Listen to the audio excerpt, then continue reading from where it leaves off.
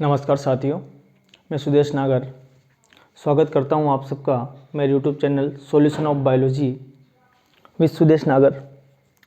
हम first grade, second grade and level assistant और other competitive exam जिनमें biology का पोर्शन आता है, सबको कवर करते हुए वीडियो की श्रृंखला लेके आए हैं, जिसमें आज का वीडियो आपके जो लास्ट में जो टॉपिक चल रहा था, क्लासिफिकेशन ऑफ ऑर्गेनिज्म मतलब जीवों का वर्गीकरण, जिसके बारे में आज हम उसको कंप्लीट करेंगे। जिसमें हमने लास्ट तक जीवों के वर्गीकरण में 2 जगत प्रणाली, 3 जगत प्रणाली के बारे में अध्ययन कर लिया था कि जीवों को 2 जगत प्रणाली में 2 भागों में बांटा था कैरोलस लीनियस के द्वारा, जिसमें सभी जंतुओं को एनिमेलिया में रखा और सभी पादपों को प्लांटी में रखा।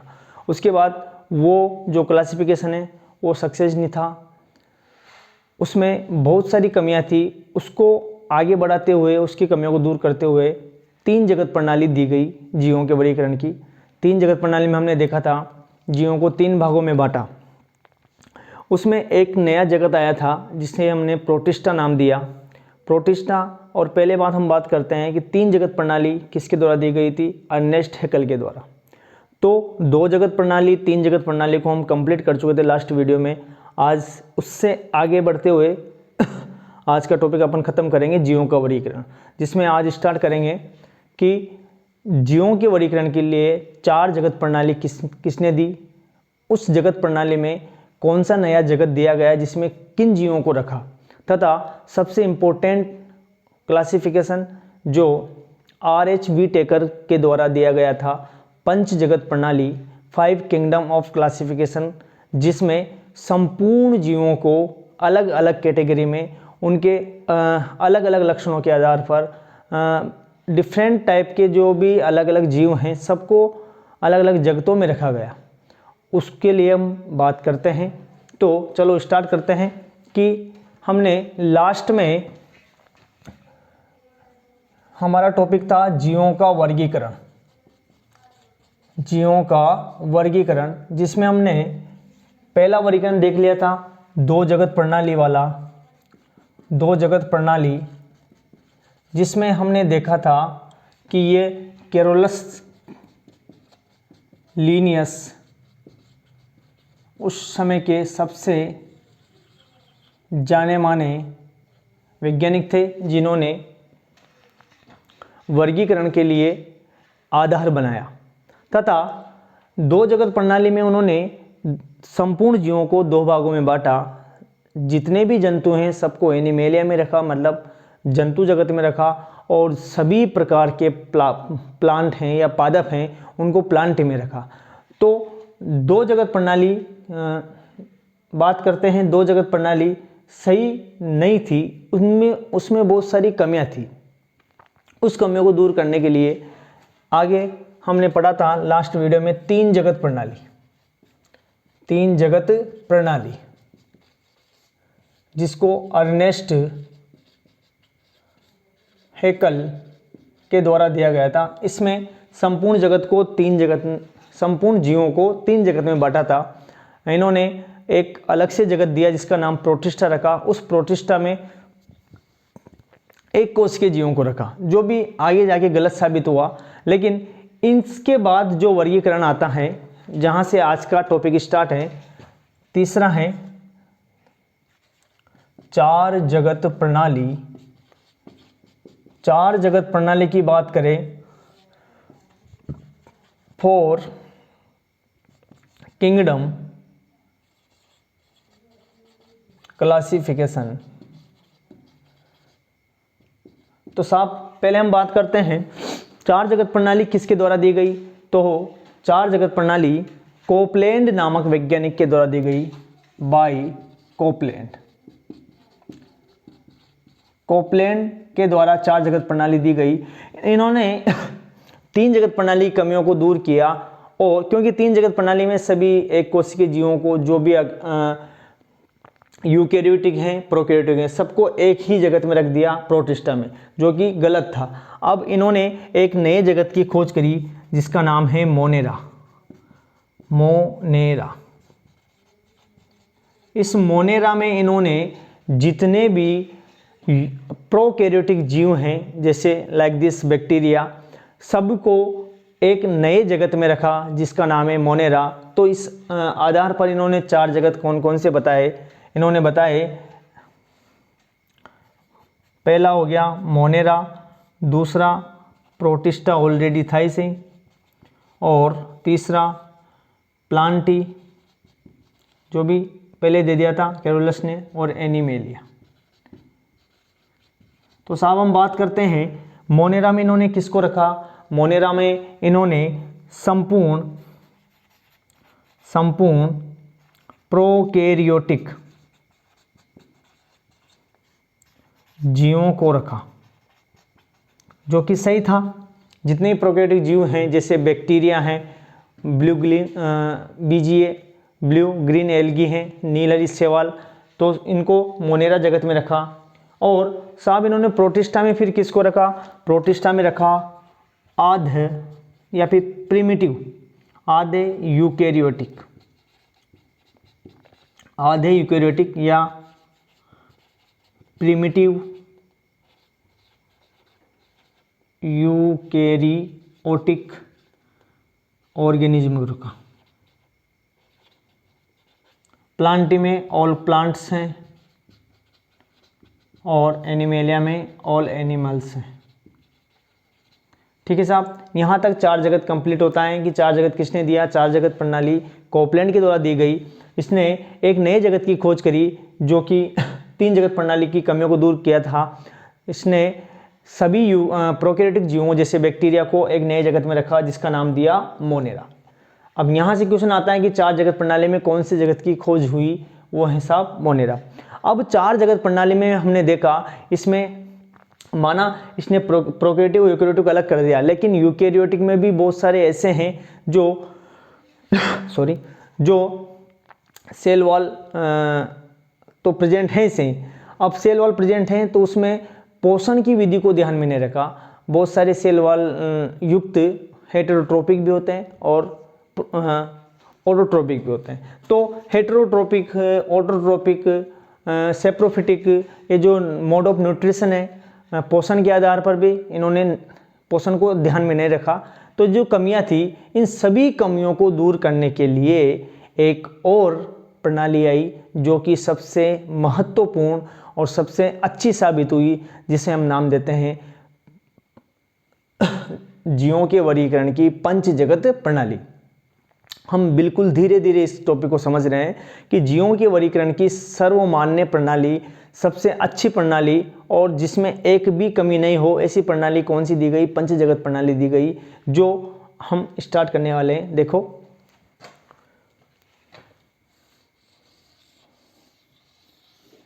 एक ही पेज में कंप्लीट कर लेंगे। देखो अब आता है साहब चौथा, पंच जगत प्रणाली। पंच जगत प्रणाली 5 किंगडम क्लासिफिकेशन। तो देखो इसकी हम बात करते हैं। 5 किंगडम ऑफ क्लासिफिकेशन क्या है, जिसमें संपूर्ण जीवों को 5 भागों में बांटा, 5 जगतों में बांटा। वही कौन सी प्रणाली कहलाई, पंच जगत प्रणाली। हम बात करते हैं सबसे पहले कि ये किसके द्वारा दी गई, तो हम बात करते हैं ये दी गई बाय R.H.V. टेकर। अगर हम बात करते हैं कि इनका पूरा नाम क्या होगा, इनका पूरा नाम है Robert Harding Whitaker. Robert Harding Whitaker. अब साहब 5 जगत प्रणाली ऐसी कौन सी प्रणाली है जो सबसे अच्छी साबित हुई, तो देखते हैं वो सर्वमान्य प्रणाली यही है, पंच जगत प्रणाली। सर्वमान्य प्रणाली साबित हुई और सबसे महत्वपूर्ण प्रणाली जीवों के वर्गीकरण की है तो कौन सी है, पंचजगत प्रणाली। अब देखो जो R.H.V. टेकर हैं, इन्होंने इस प्रणाली को बनाने के लिए इसका आधार क्या रखा। अगर हम देखें तो जीवों के वर्गीकरण का इन्होंने आधार बांटा, तो इन्होंने सब चीज़ों को समेट लिया। इन्होंने देखा कि जो जीव हैं वो किस किस आधार पर हम उनको बांट सकते हैं।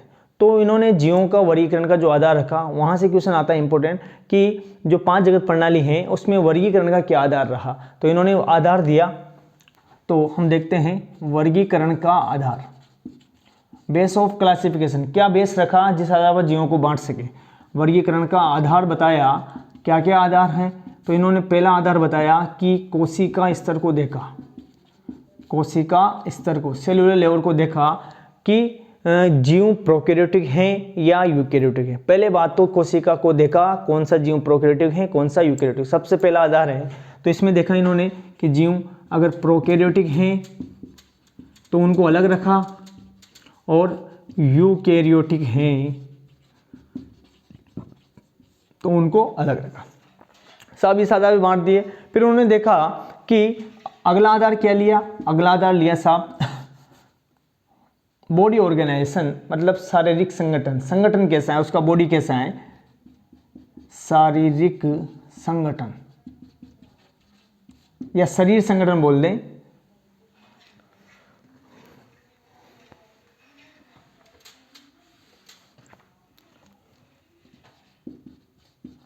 शरीर संगठन, बॉडी ऑर्गेनाइजेशन देखें तो बॉडी हमने देखा कुछ जीवों का बॉडी सेलुलर लेवल का होता है, कोशिका स्तर का होता है, कुछ टिश्यू लेवल का होता है, कुछ ऑर्गन लेवल का, कुछ ऑर्गन सिस्टम लेवल का होता है। तो इन्होंने सभी जीवों का जो बॉडी ऑर्गेनाइजेशन है उसको ध्यान में रखा और उनको अलग अलग भागों में बांटा।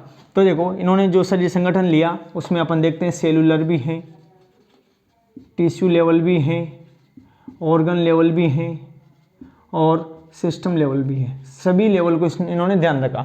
अगला आधार देखते हैं, अगला आधार देखा इन्होंने, अगला आधार हो सकता है क्या, मोड ऑफ न्यूट्रिशन, मतलब पोषण क्या है, जीवों का पोषण क्या है, पोषण का आधार क्या है, पोषण किस प्रकार का पोषण रखते हैं, कि ऑटोट्रोपिक हैं तो उनको अलग रखा, हेटेरोट्रोपिक हैं उनको अलग रखा, सेप्रोफिटिक हैं उनको अलग रखा। हम देखते हैं कि जो 4 जगत प्रणाली हैं इन्होंने सभी जीवों को अलग अलग बांट दिया था, लेकिन अभी भी यहाँ पर दिक्कत थी कि जो प्लांटी में इन्होंने जो जीव रखे उन्होंने ऑटोट्रोपिक भी रख दिया और हेटेरोट्रोपिक भी रख दिया, उसको ही अलग किया इन्होंने, जो अलग नया जगत बनाया जिसे नाम दिया था कवक। कवक यहाँ पर अपन डिफाइन करेंगे कि कवकों को इन्होंने प्लांटी से अलग क्यों रखा, क्योंकि कवक पोषण के आधार पर हेटेरोट्रोपिक होते हैं, सेप्रोफिटिक हो सकते हैं, हेटेरोट्रोपिक हो सकते हैं, मतलब उनका जो पोषण है वो प्लांट से अलग है। इस वजह से इन्होंने नया जगत दिया जिसका नाम दिया था कवक। हम बात करेंगे आगे। देखो तो इन्होंने पोषण देखा, पोषण इन्होंने हेटेरोट्रोपिक के आधार पर बांट दिया, ऑटोट्रोपिक के आधार पर बांट दिया एंड सेप्रोफिटिक,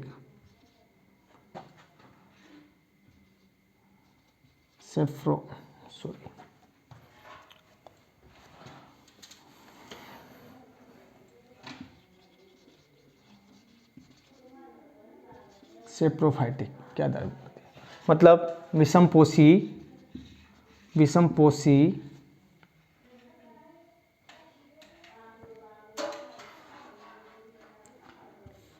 स्वयंपोषी और मृतोपजीवी। तो अलग अलग जीवों का जो पोषण है, पोषण के आधार पर जीवों को अलग अलग बांट दिया। अगला आधार लिया इन्होंने, बोल सकते हैं इनमें लैंगिक जनन, इनमें जनन की क्या विधि है, जनन को देखा कि किसी में असेक्सुअल रिप्रोडक्शन है एंड किसी में सेक्सुअल रिप्रोडक्शन है, जनन को ध्यान में रखा। तो इन सब आधारों को इन्होंने ध्यान में रखकर एक नया जगत दिया और 5 जगत प्रणाली बनाई जो वर्गीकरण की सर्वमान्य प्रणाली है। हम देखते हैं इन्होंने जीवों को अलग अलग भागों में कैसे बांटा, तो उसका एक फ्लो चार्ट के द्वारा अपन समझ सकते हैं कि देखो कि ऑर्गेनिज्म को इन्होंने, हम बात करें यहाँ पर, ठीक है, इन्होंने 2 भागों में बांटा, पहले प्रोकैरियोटिक और यूकैरियोटिक, प्रोकैरियोटिक और यूकैरियोटिक। साफ प्रोकैरियोटिक में सभी सभी प्रोकैरियोटिक को एक जगत में रखा, उसका नाम दिया साहब मोनेरा। आगे बात करते हैं यूकैरियोटिक। यूकैरियोटिक में बहुत सारे जीव आते हैं। यूकैरियोटिक को भी इन्होंने दो भागों में बांटा, यूकैरियोटिक यूनिसेलुलर, यूनिसेलुलर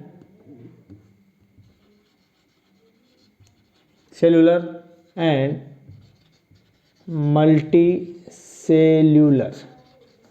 यूनिसेलुलर को अलग रखा, मल्टीसेलुलर को अलग रखा। अगर यूकैरियोटिक एक कोशिकीय जीव हैं तो उनको अलग जगत में रखा, जिसका नाम दिया प्रोटिस्टा।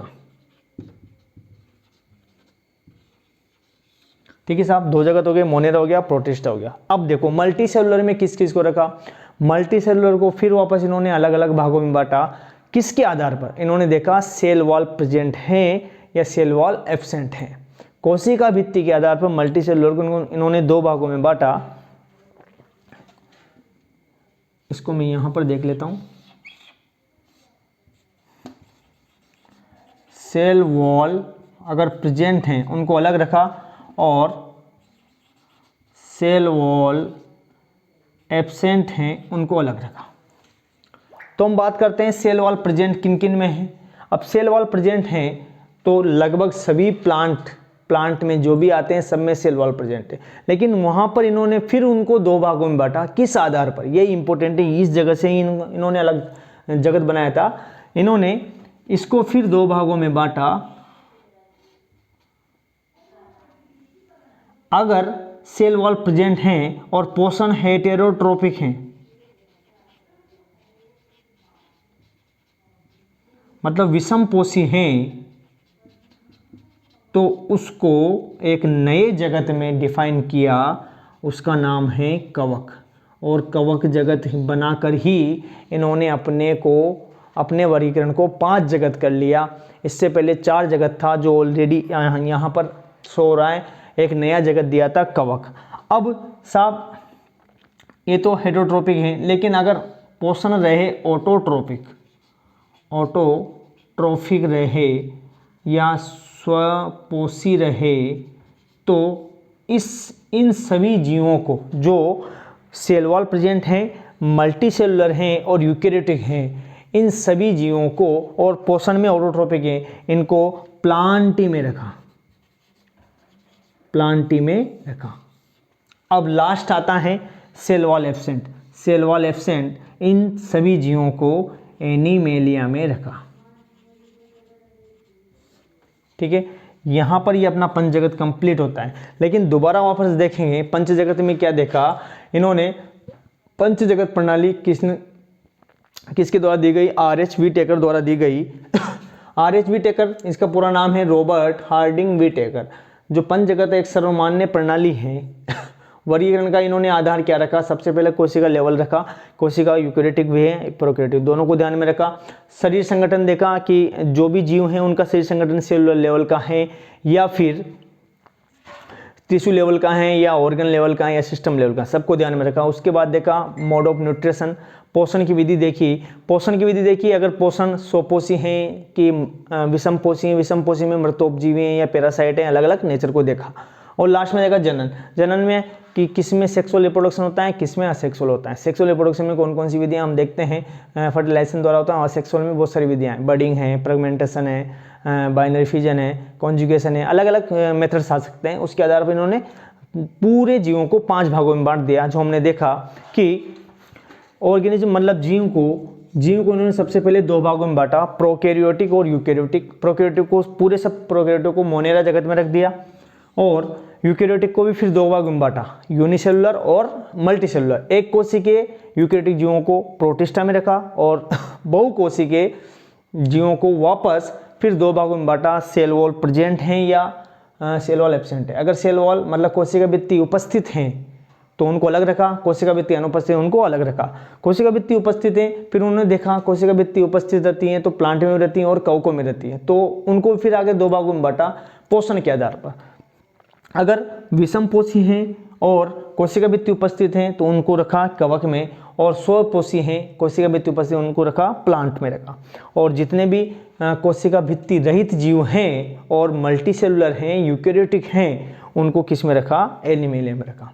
ये पंचजगत प्रणाली है। लेकिन जैसे जब इनका वर्गीकरण करते हैं तो इनको इनके टाइप्स मतलब किस किस आधार पर देखा, ये बेस के आधार पर इनको फिर अपन एक सारणी के द्वारा समझ सकते हैं। देखो आप इसका स्क्रीनशॉट ले लो पहले।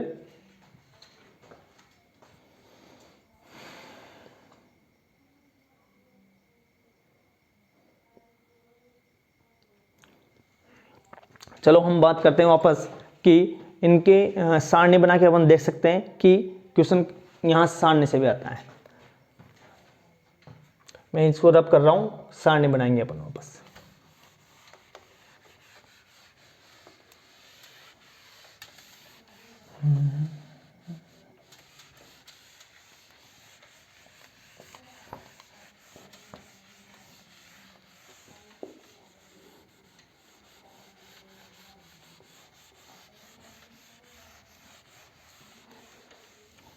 आज ये टॉपिक अपना क्लासिफिकेशन वाला कंप्लीट हो जाएगा। इसके बाद अपन नया टॉपिक स्टार्ट करेंगे।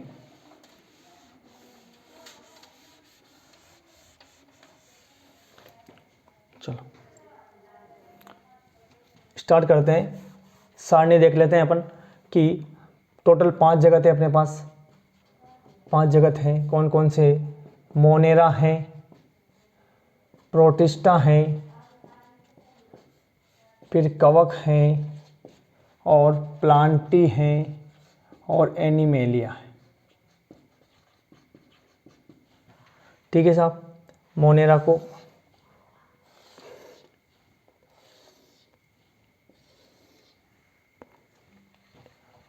इसको जब कर रहा हूं मैं, स्क्रीनशॉट ले लिया होगा आपने।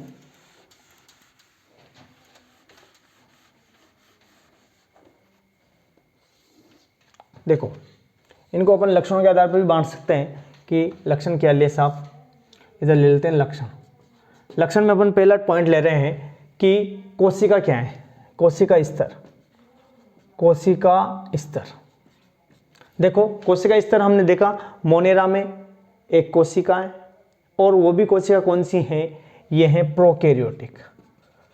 प्रोकैरियोटिक। प्रोटिस्टा क्या है साहब? देखो प्रोकैरियोटिक में, प्रोटिस्टा में किस में आता है? यूनिसेलुलर यूकैरियोटिक है। तो यूकैरियोटिक।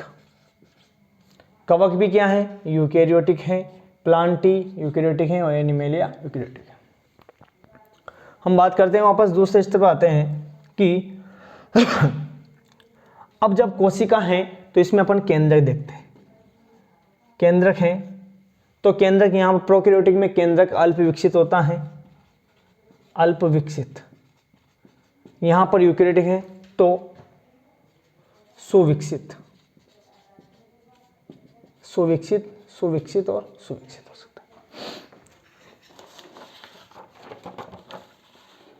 देखो वापस अगला लेते हैं, हो सकता है अपना कि सेल वॉल। कोशिका भित्ति।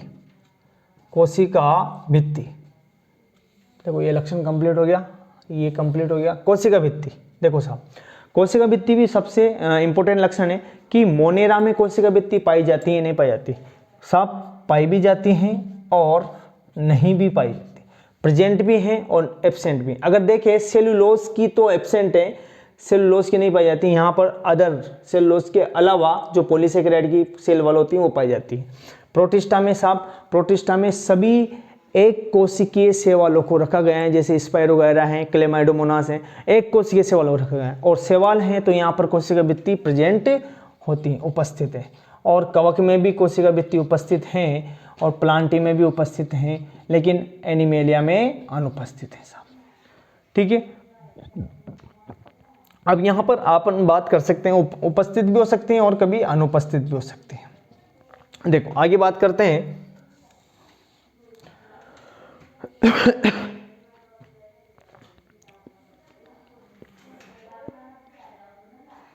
देखो कोशिका भित्ति हो गया और इसके बाद करते हैं अपन पोषण।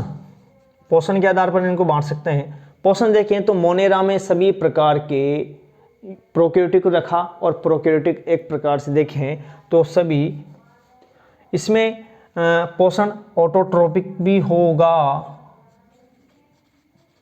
हिंदी में बात करें अपन, स्वपोषी भी होगा और वह विषमपोषी भी होगा, क्योंकि यहाँ पर बैक्टीरिया आते हैं और एक प्रकार के बैक्टीरिया ऐसे भी होते हैं जो नील हरित शैवाल होते हैं, जो जिनमें क्लोरोफिल पाया जाता है और वो प्रकाश संश्लेषण करते हैं, इसलिए इनको अपन बोले स्वपोषी भी हैं। और कुछ बैक्टीरिया प्रकाश संश्लेषण नहीं करते तो उनको अपन विषमपोषी में रख देंगे। प्रोटिस्टा ये सभी स्वपोषी हैं, लेकिन कवक हैं ये विषमपोषी हैं। विषमपोषी, इसी के आधार पर नया वर्गीकरण बना था पंचजगत। विषमपोषी में अपन देखें तो यहाँ पर हैं ये सेप्रोफिटिक मृतोपजीवी, मृतोपजीवी दिख रहा होगा आपको, मृतोपजीवी। अब देखो प्लांट्स सभी प्रकार के सभी स्वपोषी हैं और सो भी कौन से, इनको अपन प्रकाश फोटोट्रॉपिक बोलते हैं, प्रकाश पोषी बोल सकते हैं। और एनिमेलिया ये विषमपोषी है।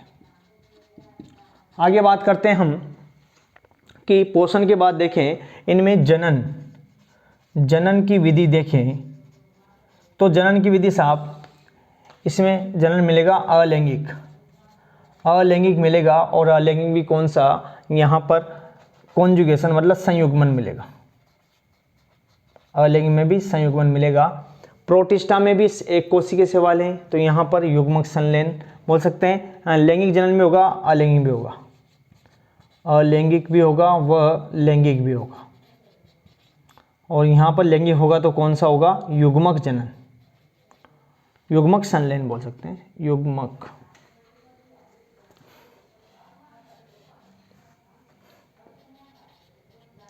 युग्मक संलयन।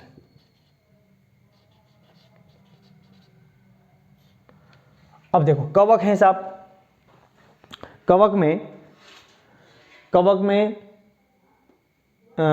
जनन होगा वो लैंगिक जनन होगा, और लैंगिक जनन होता है तो उसे हम बोल सकते हैं निषेचन के द्वारा होगा। यहाँ पर भी निषेचन के द्वारा होगा और यहाँ पर भी निषेचन के द्वारा होगा। लास्ट में अपन देख लेते हैं एग्जाम्पल, उदाहरण देखें तो मोनेरा में हम किसको रखेंगे, मोनेरा में हम सभी प्रोकैरियोटिक जीव हों, मतलब सभी प्रोकैरियोटिक जीवों को रखेंगे, जैसे बोल सकते हैं जीवाणु और नील हरित शैवाल। नील हरित शैवाल को अपन किस में रखते हैं, मोनेरा में रखते हैं। प्रोटिस्टा में एक कोशिकीय शैवालों को रखते हैं, जैसे स्पाइरोगाइरा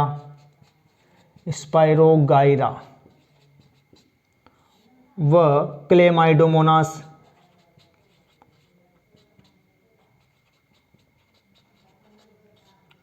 ठीक है।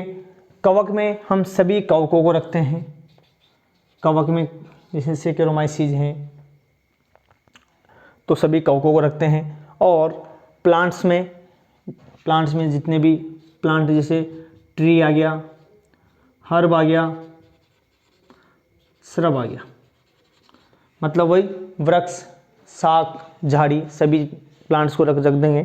देखो अगर कवकों में बात करें तो यहाँ पर आपके एनसीईआरटी में एग्जाम्पल दे रखे हैं कवकों के भी, एक तो एगेरिकस दे रखा है और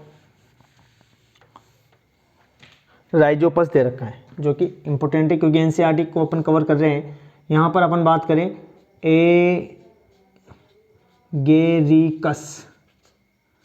एगेरिकस व राइजोपस। देखो थोड़ा छोटा हो गया लेकिन दिख रहा है सब। देखो एगेरिकस व राइजोपस, प्लांट्स में अपन सभी ट्री को, हर्ब को, श्रब को रख सकते हैं। और एनिमल में सभी एनिमल्स को अपन रखते हैं सब, वही कोरेटा, नॉन कोरेटा वाले जीवों को अपन सब इसमें, कशेरुकी और अकशेरुक जीवों को अपन यहाँ पर रख देंगे। तो यहाँ पर अपना जीवों का वर्गीकरण खत्म होता है। एक बार फिर रिवाइज करेंगे। पंच जगत प्रणाली जो कि सबसे इंपॉर्टेंट सर्वमान्य प्रणाली है, जो आर.एच. व्हिटेकर द्वारा दी गई थी साहब। इसमें हमने बात किया कि आर.एच. व्हिटेकर का पूरा नाम है रॉबर्ट हार्डिंग व्हिटेकर। इन्होंने जो सर्वमान्य प्रणाली है, इन्होंने जीवों का वर्गीकरण देने से पहले उनको अलग अलग आधार पर डिवाइड किया।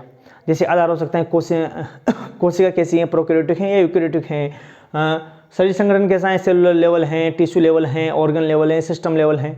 उसके बाद अपन देखते हैं उसमें पोषण क्या है, हेटेरोट्रोपिक होगा या ऑटोट्रोपिक होगा। तो बात करते हैं साहब, इन्होंने